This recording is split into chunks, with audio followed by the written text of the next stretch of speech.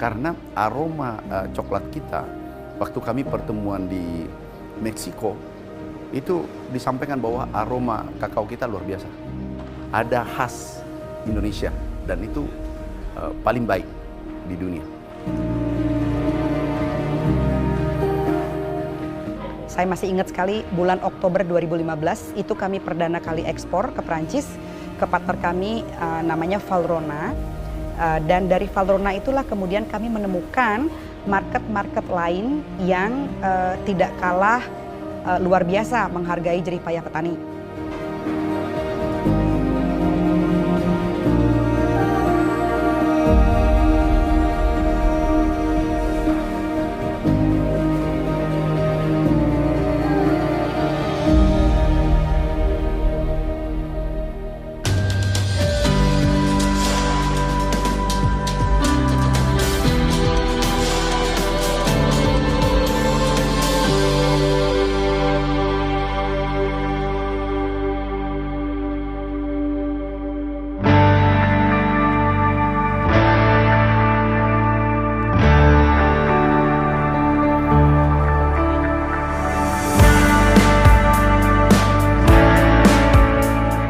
Kakao di Indonesia itu dimulai sebetulnya jauh beberapa abad yang lalu. Jadi tahun 1560 itu pertama kali kakao masuk ke Indonesia itu dari Filipina, dari Mindanao, kemudian masuk ke Sulawesi Utara. Nah, pada saat itu kemudian kakao berkembang di daerah Minahasa atau Sulawesi Utara, tetapi tidak banyak, masih baru puluhan hektar saja. Di tahun 1900-an kemudian berkembang di Jawa, khususnya di Jawa Tengah dan Jawa Timur. Kemudian saat itu juga sudah dimulai riset mengenai kakao. Jadi sebetulnya kalau kita lihat masuk pertama kali sudah lama, tetapi berkembang menjadi satu komoditas yang dikembangkan secara ekonomis, secara komersial, itu baru pada awal abad ke-20.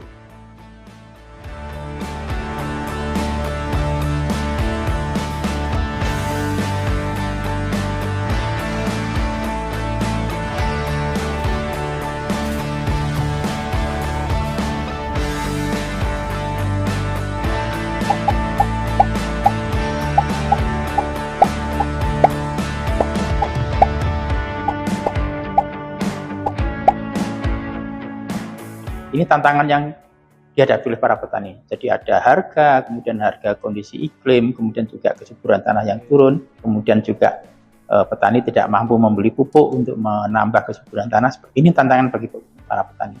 Tetapi juga kita punya peluang sebetulnya. Kalau semua itu bisa kita atasi, peluangnya adalah kalau andaikan petani itu bisa meningkatkan produksi, maka semua produksi itu bisa diserap oleh industri yang ada di dalam negeri.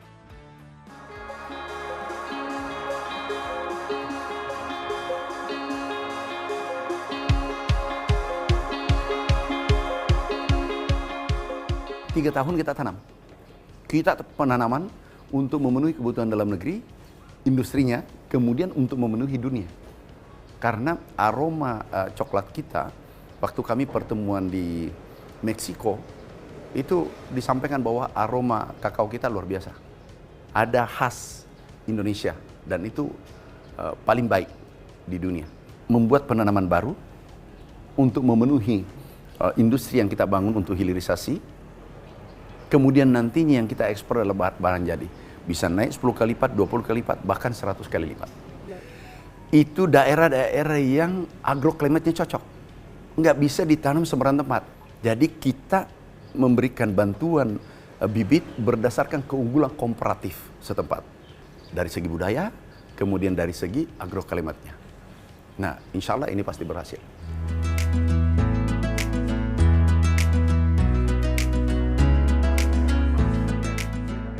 Biji kakao saja itu cuma satu kali, jadi artinya tidak punya nilai tambah lah, hanya harga biji kakao saja gitu. Tapi kalau dia sudah menjadi coklat pasta, sudah 26 kali lipat dari harganya. Lemak kakao 3,3 kali. Bubuk kakao bisa 1,5 kali, bahkan coklat artisan yang tadi saya sampaikan, beer to bun, ya bean to bar, artinya bean to coklat bean-nya ya, menjadi bar to batang gitu, itu sampai 6,4 sampai 10,7 kali nilai tambahnya. Bicara hilirisasi sebetulnya ada 3 ya kalau kami pelajari itu ada industri pengolahan kakao, industri coklat artisan, dan industri pengolahan coklat. Nah ini yang sebetulnya beberapa perusahaan yang kami nanti masuk untuk bisa lakukan pembinaan, khususnya saya di Deputi Usaha Menengah, supaya dia bisa mengagregasi dari para petani kakao tadi melakukan hilirisasi. Menurut catatan kami hanya baru 31 perusahaan di artisan. Sementara di industri pengolahan ada 11 perusahaan dan industri pengolahan coklat kita ada 903 perusahaan.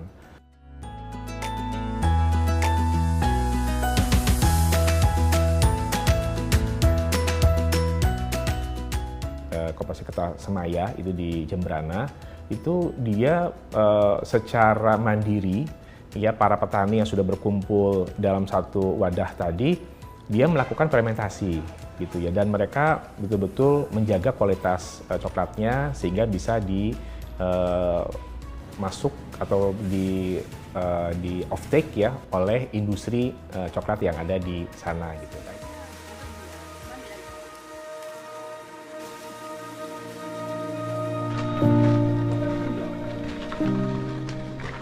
Kalau semua anak muda tidak ada yang mau terjun di bidang pertanian, pasti saya rasakan ke depannya negara pasti bakal sedikit menurun lah dari pemasukan pangan.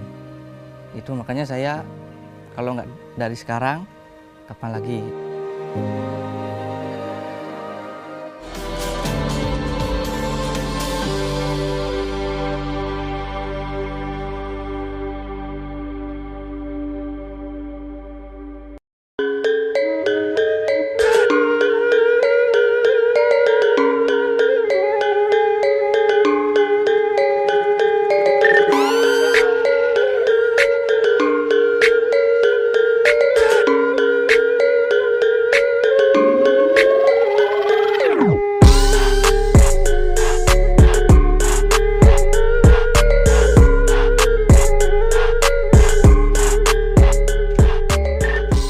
Perkenalkan, nama saya Ketut Sudomo, jadi lahir tahun 1951, jadi kurang lebih sekitar 75 jalan, 75 tahun jalan sampai ya saat sekarang ini.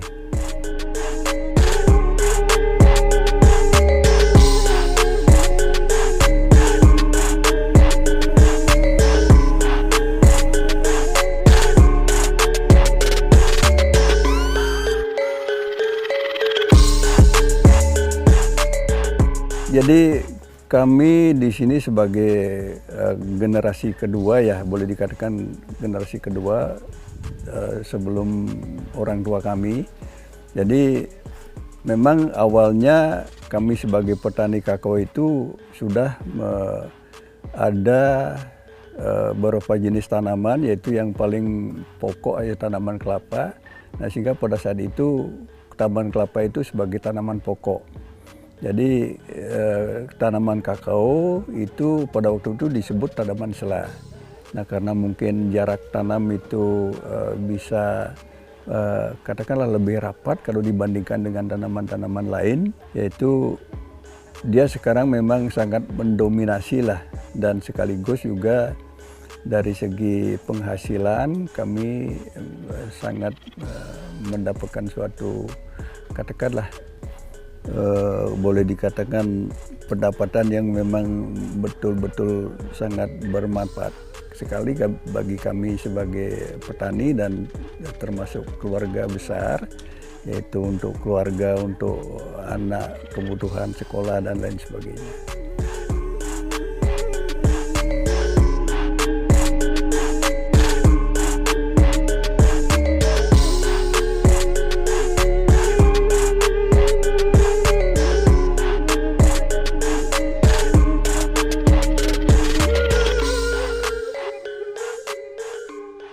Bagi saya, usaha ini sangat menjanjikan di bidang kakao karena saya dari kecil sekali memang dibesarkan oleh bapak yang memang jadi petani kakao.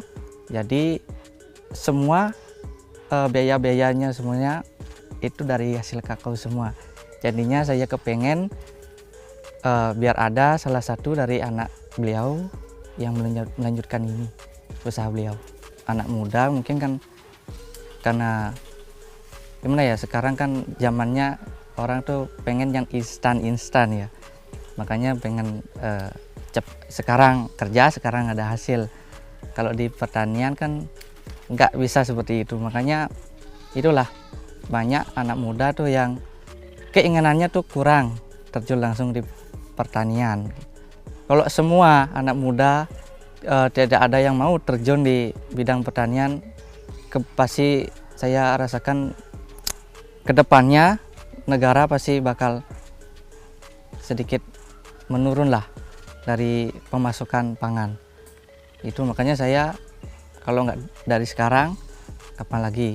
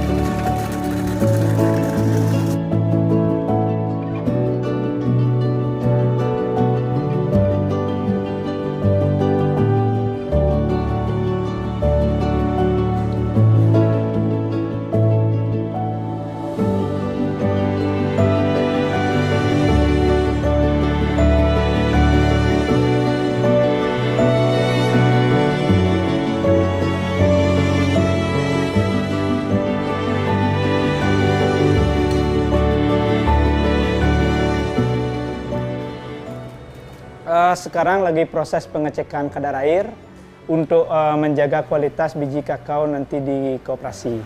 Untuk kadar airnya itu kita standar SOP sekitar 7%. Kalau lebih dari 7% akan dijemur kembali.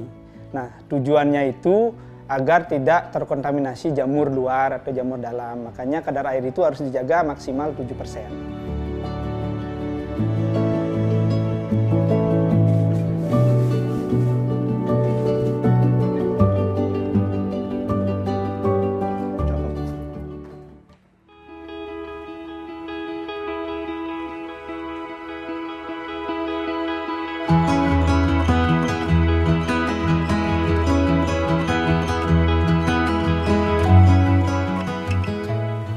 Kita akhirnya mendapat secara khusus KSS itu 2023. Itu kita tidak pernah menyangka bahwa kita dinobatkan mendapat Silver Award. Walaupun di sana kita bisa melihat bahkan negara-negara penghasil kakao yang baik itu mendapatkan perunggu bahkan gitu kan. Ini bagi kita penghargaan yang luar biasa karena kita merasa bukan sekedar hanya award Silver Award, tetapi kita merasa itu sebagai Diamond Award gitu kan. Karena kita yang secara jenis kita masih Forestero, dari kasta terendah gitu kan. Yang kita lakukan itu dari kasta-kasta tertinggi yaitu Kriolo. Sehingga kita merasa sangat pede sekali berada di sana. Karena kita dari kasta terendah bisa disetarakan dengan kasta tertinggi di dunia kakao.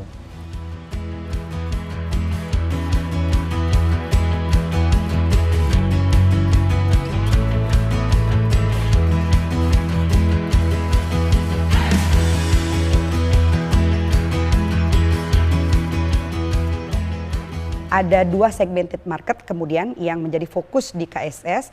Pertama adalah market lokal. Siapa mereka? Mereka adalah para coklat maker yang memproduksi coklat yang berkualitas dan mengharuskan bahan baku coklat mereka adalah wajib fermentasi, biji kakao fermentasi. Kemudian di sisi yang lain kami juga berjuang untuk melakukan proses ekspor. Tahun 2015 itu sebenarnya milestone kami pertama. Karena kami menemukan market yang sangat luar biasa di Perancis, itu menjadi negara tujuan ekspor kami perdana.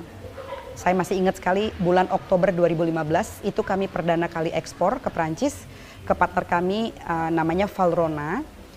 Dan dari Valrhona itulah kemudian kami menemukan market-market lain yang tidak kalah luar biasa menghargai jerih payah petani.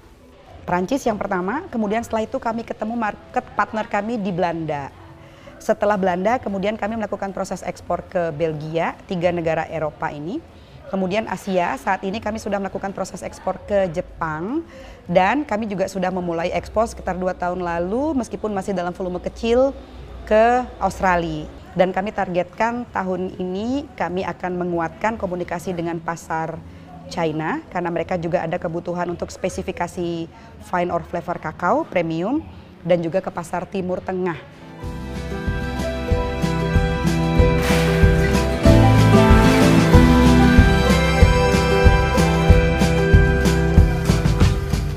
Ya, saya ingin sebenarnya kakao itu menjadi lifestyle gaya hidup masyarakat, tidak hanya Jembrana gitu, tetapi masyarakat Bali, masyarakat di Nusantara, seperti tradisi ngopi.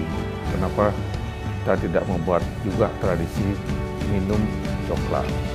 Dari kakao mereka itu sangat banyak flavor notes yang tidak ada di kakao lainnya. Misalnya flavor seperti fruity-nya citrus dibarengi dengan hints of honey gitu. It's very unique. Fermentasi itu cara penting sekali untuk kita melakukan ketahanan ekonomi yang ada di hulu. Kenapa? Karena harganya itu memang harga yang premium gitu.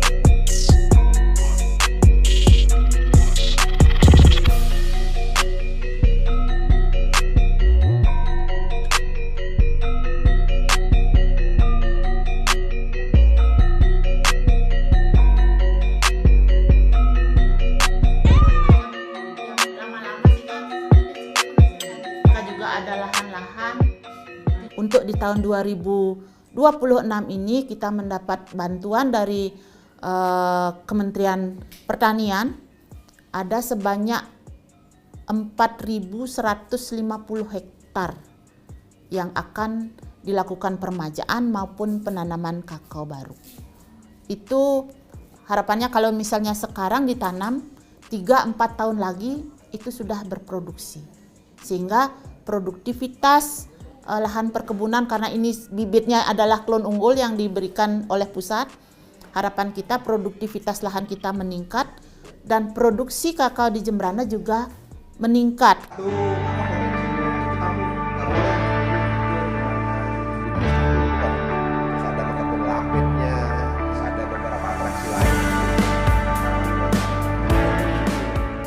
Jadi kalau dari jarak kita Jembrana ke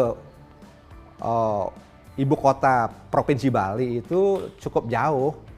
Jadi sekitar 4-5 jam lah memakan waktu. Itu pun yang normal. Kalau traffic jamnya sudah macet seperti itu. Nah, wisatawan itu kita sekarang harapkan kita kerjasama ke barat. Jadi karena Banyuwangi ini sudah mulai dikenal dengan ijennya itu dan beberapa destinasi yang ada. Makanya kita buka ya paket tour ini 3B. Jadi Banyuwangi, Bali Barat, Bali Utara, Buleleng itu. Nah, jadi wisatawan ini sudah kita buatkan semacam paket tour untuk melihat bagaimana pohon kakao sebenarnya. Terus bagaimana cara memetiknya, bagaimana cara mengolahnya gitu. Hilirisasi.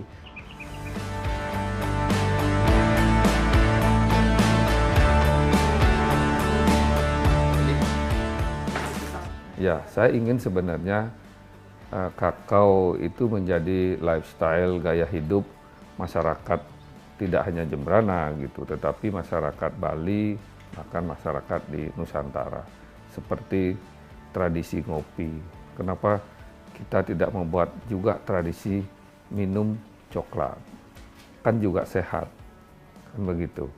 Nah, ini juga perlu kerja keras kita. Ya, kita berikan payung hukum berupa perda. Kita membuat perda perlindungan dan pelestarian kakao ini, yaitu Perda 8 tahun 2020. Ya, kebijakan yang kami ambil bagaimana itu dari hulu sampai hilir.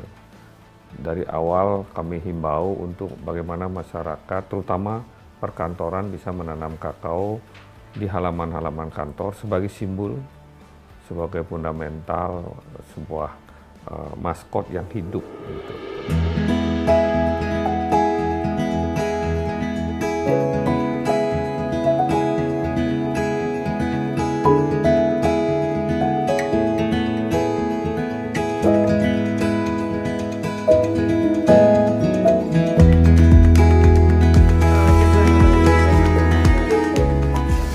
Dan kita ada istilah direct trade. Direct trade itu kita ngambil langsung dari petani, tidak ada third party in between. Jadi nggak ada yang kayak pengepul atau apa. Kita langsung seperti misalnya KSS, dari kakao mereka itu sangat banyak flavor notes yang tidak ada di kakao lainnya. Misalnya flavor seperti fruity-nya, citrus, dibarengi dengan hint of honey gitu. It's very unique. Nah, dari situ kita pengen, sebenarnya di coklat juga kan ada istilah single origin gitu. Kalau single origin itu adalah semua kakao berasal dari satu asal. Nah, dari itulah kita mau ngangkat Jembrana Bali sebagai single originnya Onuka yang mempunyai cita rasa yang khas, yaitu fruity with a hint of honey itu.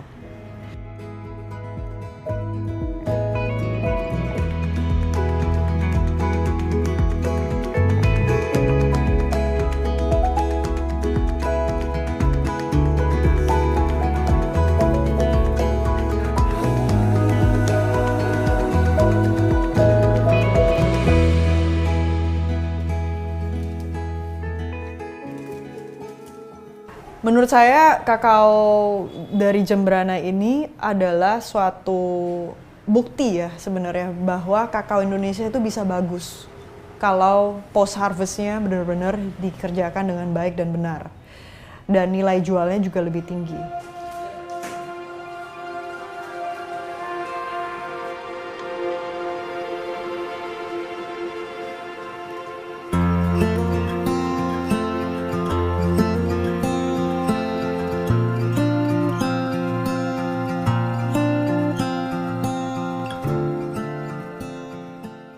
Fermentasi itu cara penting sekali untuk kita melakukan ketahanan ekonomi yang ada di hulu. Kenapa?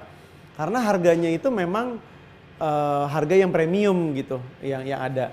Dan bukan berarti semuanya harus 100% harus menjadi fermentasi. Pasti ada sekian persentase yang non fermented dan memang ada sekian persen yang fermented. Tapi begitu ada dua opsi, ya, ada dua grade ya, misalnya ya, non fermented sama unfermented. Mereka punya opsi mau menjual ke market mana untuk yang ini dan market mana untuk yang ini gitu. Nah, itulah yang ketahanan ekonomi. Dibandingkan kalau nggak ada sama sekali yang di atas, adanya semuanya yang ada di non-fermented, artisan nggak tertarik untuk beli, tidak punya opsi untuk menjual dengan harga yang lebih baik gitu.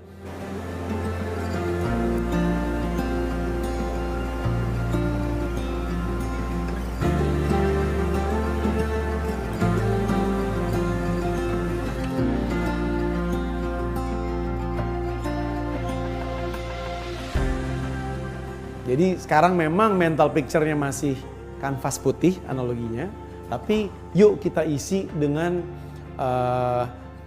memperlihatkan potensi-potensi coklat fine flavor koko dengan pemain-pemain yang beragam supaya mereka punya mental picture orang-orang luar negeri terhadap Indonesia.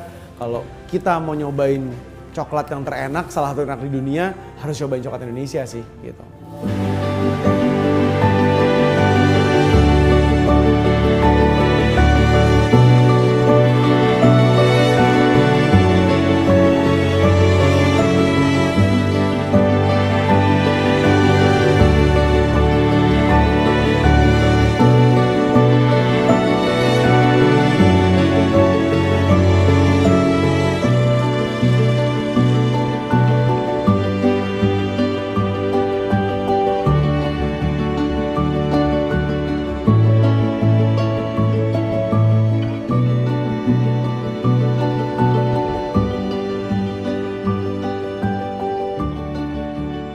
Thank you.